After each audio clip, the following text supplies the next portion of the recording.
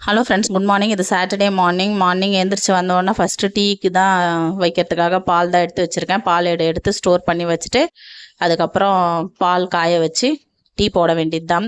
இது வந்து நேத்திக்கு வந்து பாசிப்பயிர் வந்து 6 மணி நேரம் நல்லா ஊற வச்சுட்டு அதுக்கப்புறம் ஒரு ஏர்டைட் பாக்ஸில் போட்டு ஃப்ரிட்ஜில் வச்சுட்டேன். குட்டி குட்டியாக முளை வந்திருந்தது. அதுலேருந்து கொஞ்சமாக எடுத்து போட்டு பருப்பு கடையல் தான் இன்றைக்கி பண்ண போகிறேன்.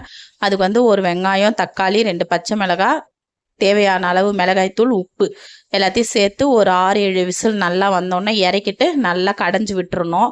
இதுக்கு தாளிப்புக்கு வந்து சோம்பு, பூண்டு, கடுகு, உளுத்தம்பருப்பு, சோம்பு பூண்டை வந்து நல்லா தட்டிட்டு சேர்த்துக்கணும். எல்லாம் நல்லா ஒரு ப்ரௌனிஷாக வந்தோடனே இதில் கொட்டிட்டு இறக்கிட வேண்டியது தான். எனக்கு வந்து பருப்பு கடையில் வந்து கொஞ்சம் கெட்டிமாக வந்ததுனால கொஞ்சமாக சுடு தண்ணி சேர்த்து எனக்கு தேவையான அளவு அது வந்து ஒரு 2-3 கொதி வந்தோடனே இறக்கிட்டேன்.